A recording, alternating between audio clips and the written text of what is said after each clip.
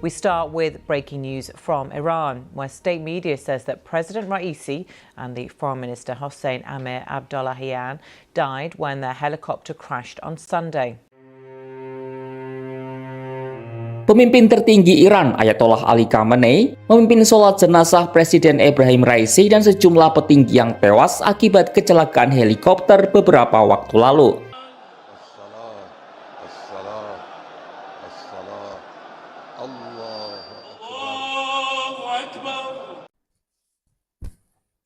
Saudara, Presiden Iran baru saja meninggal pada bulan Mei lalu karena kecelakaan pesawat terbang. Iran perlu melaksanakan pemilihan presiden yang baru 50 hari setelah meninggalnya presiden sebelumnya, atau sekitar bulan Juli yang akan datang.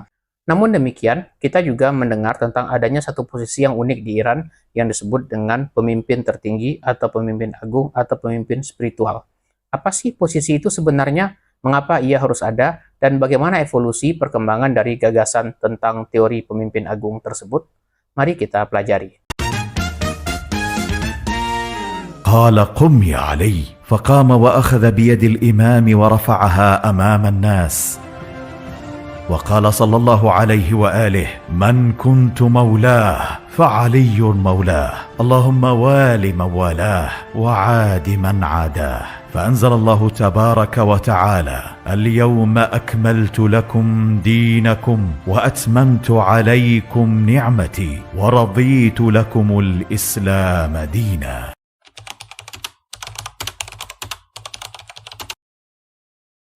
Untuk memahami konsep pemimpin agung di Iran, terlebih dahulu kita harus pahami akar dari konsep itu. Konsep itu berakar dari paham yang berkembang di Iran, yakni yang disebut dengan paham Syiah Imamiyah Ithna Asyariyah, atau disebut juga dengan Syiah Imam 12, atau dalam bahasa Inggris disebut dengan Twelver. Gagasan ini muncul dari pandangan bahwa Nabi Muhammad sudah menunjuk penggantinya pada saat beliau akan meninggal dunia, dan pengganti itu adalah Ali bin Abi Thalib, saudara sepupunya. Gagasan ini berangkat dari pandangan bahwa otoritas yang memimpin manusia atau yang punya kekuasaan atas manusia adalah Tuhan. Tuhan melimpahkan otoritas itu kepada Nabi. Dalam hal ini, Nabi berfungsi sebagai penerima pesan-pesan atau bimbingan-bimbingan yang telah diberikan oleh Tuhan, kemudian disampaikan kepada umatnya.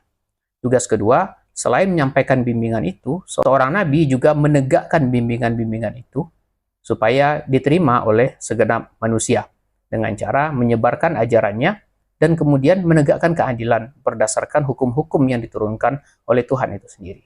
Masalahnya adalah siapa yang memegang otoritas itu pasca meninggalnya nabi.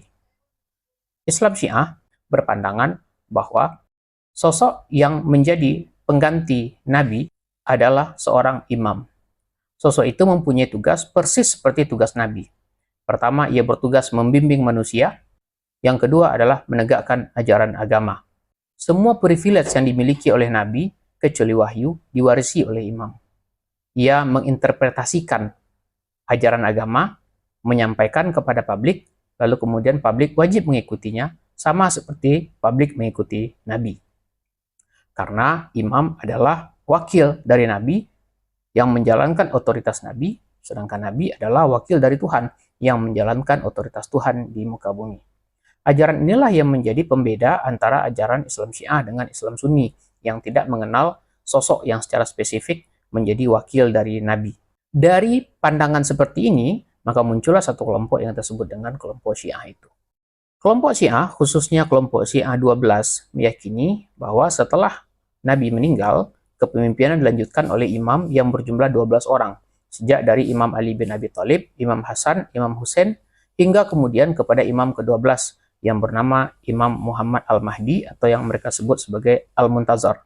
Imam ini diyakini sedang gaib, dan selama gaibnya imam itu tidak dapat dihubungi oleh manusia. Nanti di akhir zaman, imam itu akan kembali menegakkan keadilan di muka bumi sebagai Imam Mahdi.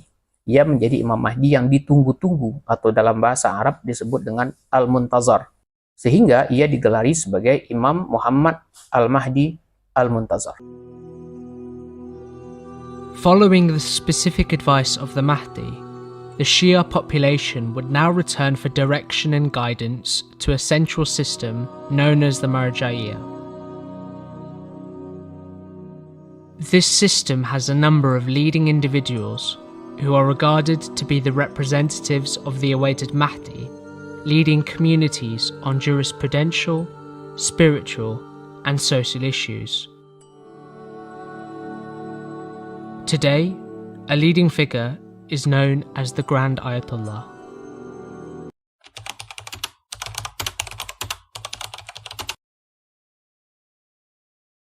Pada pertengahan abad ke-3 Hijriah, Imam Muhammad Al-Mahdi, atau disebut dengan Imam Al-Muntazar, menjadi gaib, tidak dapat lagi dihubungi oleh manusia, sehingga ia tidak bisa secara langsung memberikan bimbingan kepada manusia untuk menafsirkan ajaran agama dan menegakkan ajaran agama itu.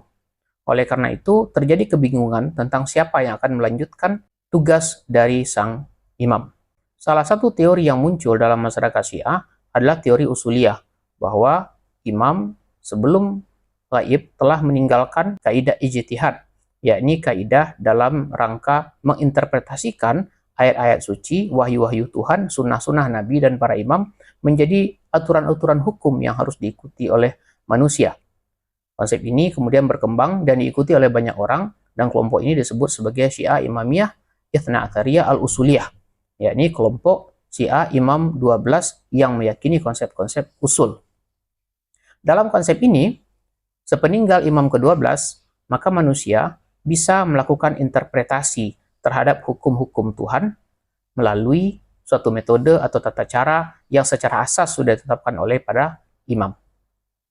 Dalam prakteknya, tidak semua orang bisa melakukan hal itu, karena tidak semua orang memahami sumber-sumber agama, tidak semua orang bisa memahami metode-metode untuk menginterpretasikan sumber-sumber agama itu menjadi hukum yang dapat diterapkan dalam kehidupan sehari-hari.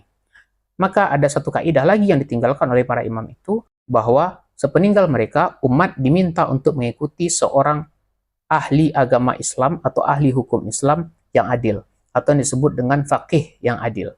Maka sejak saat itu, masyarakat Islam Syiah mengikuti ulama-ulama fikih yang ada di lingkungannya masing-masing. Setiap kampung ada ulama, setiap daerah ada ulama. Ulama ini melakukan interpretasi terhadap hukum-hukum yang telah ditinggalkan oleh para imam dan oleh para rasul. Interpretasi ini berkaitan dengan bagaimana menerapkan kembali hukum-hukum dasar itu dalam kehidupan saat itu, saat ini, dengan masalah-masalah yang dihadapi pada saat ini. Nah, tapi lama-kelamaan ternyata tidak semua ulama fikih itu menganggap dirinya mampu menginterpretasikan itu. Nah, oleh karena itu mereka mulai melakukan upaya yang disebut dengan merekomendasikan ulama lain yang lebih berpengetahuan, ulama lain yang lebih mempunyai kompetensi, ulama lain yang lebih menguasai metodologi untuk diikuti oleh masyarakat di sekitarnya. Jadi mungkin ada ulama yang ada di satu kampung, kemudian masyarakat datang kepadanya, menanyakan sebuah hukum, ia kemudian menyampaikan bahwa sebaiknya jangan ikuti saya, tapi ikuti ulama yang lain, yang saya anggap lebih paham. Nah, dari situ muncul dua konsep. Yang pertama, konsep a'lamiyah, jadi adanya ulama yang lebih berilmu ketimbang ulama lain. Yang kedua, adanya konsep syahadah, yaitu kesaksian dari seorang ulama untuk menyatakan adanya ulama lain yang lebih berilmu. Jadi, masyarakat yang tadinya bertanya, meminta pendapat, meminta rujukan kepada ulama lokal tadi, akhirnya sekarang meminta pendapat kepada ulama yang direkomendasikan oleh ulama lokal itu. Nah, lama-lama makin banyak ulama-ulama lokal yang menganggap dirinya tidak kompeten, atau ada orang lain yang lebih alam, yang lebih punya pengetahuan daripada dirinya, lebih kompeten ketimbang dirinya, dan ia memberikan kesaksian. Akhirnya dari banyak ulama-ulama itu tinggallah beberapa ulama saja yang dianggap betul-betul punya kompetensi untuk menginterpretasikan hukum-hukum Islam menjadi sebuah produk hukum yang disebut dengan fatwa. Nah, ulama-ulama yang sedikit yang tersisa ini menjadi ulama rujukan, atau dalam bahasa Arab disebut dengan marja, ulama yang menjadi rujukan bagi masyarakatnya. Nah, karena masyarakat pada dasarnya tidak punya kompetensi untuk menilai apakah sebuah pendapat atau sebuah fatwa, sebuah opini dari ulama itu benar atau salah, maka masyarakat hanya punya satu pilihan, yakni mengakuinya, menerimanya, mengikutinya, ya, atau disebut dalam bahasa Arab sebagai taklid. Ya. mengikuti pendapat sebuah ulama dengan tidak lagi mempertanyakannya. Maka ulama yang menjadi rujukan tadi disebut sebagai marja' taklid. Secara konsep, akhirnya ulama marja' taklid itu menjadi perwakilan dari otoritas imam yang gaib. Jadi dalam hal ini kita mengenali perwujudan otoritas Tuhan dalam bentuk yang lebih praktis lagi. Sejak dari Tuhan kepada Nabi, dari Nabi kepada imam, dari imam kepada ulama, ulama kemudian tersisa beberapa orang yang disebut dengan marja' taklid. Itulah yang menjadi rujukan bagi masyarakat Syiah selama imam berada dalam kondisi gaib. که در زمان غیبت حضرت ولی عهد عجل الله تعالی فرجه در جمهوری اسلامی ایران ولایت امر و امامت امت، یعنی مرکز ثقل حکومت و رهبری بر عهده فقیه یعنی که این اسلام شناس مطلع ورزیده متخصص با تقوا خدا ترس، کسی که یاد خدا همیشه در دلش زنده باشه و او را از کمترین تخلفی از راه خدا نگران کنه، همیشه بیدار، آگاه به زمان، بفهمه در چه زمانی زندگی میکنه و بدون نیازهای خودش و جامعهش و اسلامش و امت اسلامیش در این زمان چیست. شجاع، این دیگه شجاع در حقیقت توی اون با تقوا و با ایمان مستتره، ولی ما این رو در آوردیم تصریح بش کردیم که کاملتر بیان شده باشه. شجاع اون نه ترس باشه، مدیر اهل اداره کردن باشه، اون فرد اینو میخواد رهبر باشه و مدبر یعنی گورنگر، تدبیر داشته باشه، گورنگری داشته باشه، آینده نگری داشته باشه.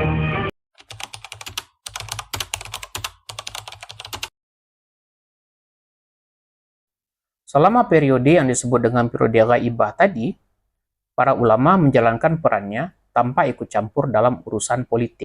Mereka berpandangan bahwa otoritas yang mereka miliki itu sangat terbatas, hanya untuk urusan-urusan tertentu saja, atau dalam bahasa Arab disebut sebagai umur al-hisbiyah, urusan-urusan yang terbatas. Utamanya, biasanya mereka sangat menghindari untuk berpolitik, atau menghindari klaim bahwa mereka adalah pemimpin atas umat. Karena bagi masyarakat Syiah, yang bisa menunjuk pemimpin bagi umat itu hanyalah Allah itu sendiri melalui nabinya. Dan Allah melalui nabinya sudah menunjuk bahwa pemimpin itu hanyalah 12 imam. Sehingga ulama-ulama yang ada tidak satupun berani mengklaim bahwa mereka adalah imam bagi umat. Masalah yang terjadi adalah ketika para ulama tidak ikut serta dalam politik, maka muncul pertanyaan, bagaimana caranya ulama tadi memainkan peran sebagai wakil imam dalam rangka menegakkan keadilan. Menurut salah seorang marja' taklid yang hidup pada abad ke-20 yang lalu, yang bernama Ayatullah Khamenei, walau bagaimanapun, meski tidak ada imam, masyarakat perlu ada kepemimpinan. Karena jika tidak ada kepemimpinan, maka masyarakat akan menjadi tidak teratur. Maka pertanyaannya adalah, siapa sebenarnya yang punya kelayakan untuk menjadi pemimpin, atau mempunyai otoritas untuk menjadi pemimpin? Imam Khomeini kemudian menggunakan perspektif marja'iyah tadi dalam perspektif politik. Jika marja'iyah berpandangan bahwa mereka hanya punya wewenang yang sangat terbatas pada umur al-hisbiyah, tetapi Imam Khomeini mengatakan bahwa sebenarnya otoritas yang dimiliki oleh ulama fikih itu lebih luas dari itu. Mereka punya hak untuk mengelola negara. Karena bagaimanapun, kalau negara tidak dikelola, masyarakat tidak akan mencapai tujuannya untuk menciptakan kebaikan. Ulama yang memimpin itu haruslah seorang yang menguasai ilmu-ilmu fikih dan kemudian menguasai metode-metode kepemimpinan atau menguasai teori kepemimpinan. Jadi ia haruslah ulama yang memahami ilmu agama sekaligus memahami ilmu kenegaraan, termasuk dalamnya ilmu politik. Dengan demikian ia bisa menegakkan keadilan. Oleh karena itu Imam Khomeini mencoba mentransformasikan konsep marja'iyah itu agar diterima sebagai kepemimpinan bagi masyarakat Syiah. Tapi problemnya adalah ulama marja' taklid itu sangat banyak.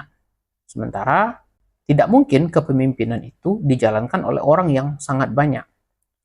Imam Khomeini mengatakan bahwa hanya boleh ada satu faqih yang melaksanakan tugas kepemimpinan itu. Nah, dari sanalah muncul konsep wilayatul faqih atau otoritas seorang faqih. Dalam hal ini, para faqih yang banyak itu harus menunjuk salah satu dari mereka untuk menjalankan tugas sebagai pemimpin. Maka pada prakteknya di Iran dibentuklah sebuah majelis yang disebut dengan Majelis Khubregan Rahbari atau Majelis Ahli Kepemimpinan yang bertugas untuk memilih seorang ulama fikih untuk menjadi pemimpin tertinggi. Ialah yang akan menetapkan dasar-dasar pengelolaan negara, menginterpretasikan agama dalam konteks kebernegaraan, dan menegakkan hukum-hukum sesuai dengan ajaran agama. Atau secara tidak langsung, ialah wakil nabi atau wakil imam bagi masyarakat Iran. Imam Khomeini memperkenalkan kombinasi antara otoritas yang didapatkan dari Tuhan melalui rangkaian Tuhan, Nabi, Imam, Ulama, Fakih tadi dengan otoritas yang didapatkan oleh masyarakat atau disebut dengan akseptabilitas atau makbuliyah. Jadi dalam konteks ini seorang ulama marja taklid yang dipercaya menjadi pemimpin bagi sebuah negara, di samping ia punya kompetensi sebagai marja taklid, harus juga mendapatkan persetujuan dari rakyat. Oleh karena itu, Majelis Khubregan Rahbari yang menjadi lembaga dalam memilih pemimpin tertinggi haruslah sebuah lembaga yang dipilih oleh rakyat. Maka di Iran kita mengenal adanya pemilu untuk memilih Dewan Ahli Kepemimpinan atau Majelis Khubregan Rahbari. Kemudian anggota Majelis Khubregan Rahbari yang semuanya adalah ulama memilih salah seorang ulama untuk menjadi pemimpin tertinggi. Itulah konsep pemimpin tertinggi di Iran yang otoritasnya sangat besar karena dia dianggap memenuhi tanggung jawab sebagai wakil dari Nabi sekaligus perwakilan secara tidak langsung dari rakyat karena ia dipilih oleh rakyat secara tidak langsung melalui Majelis Khubregan Rahbari setiap 8 tahun sekali.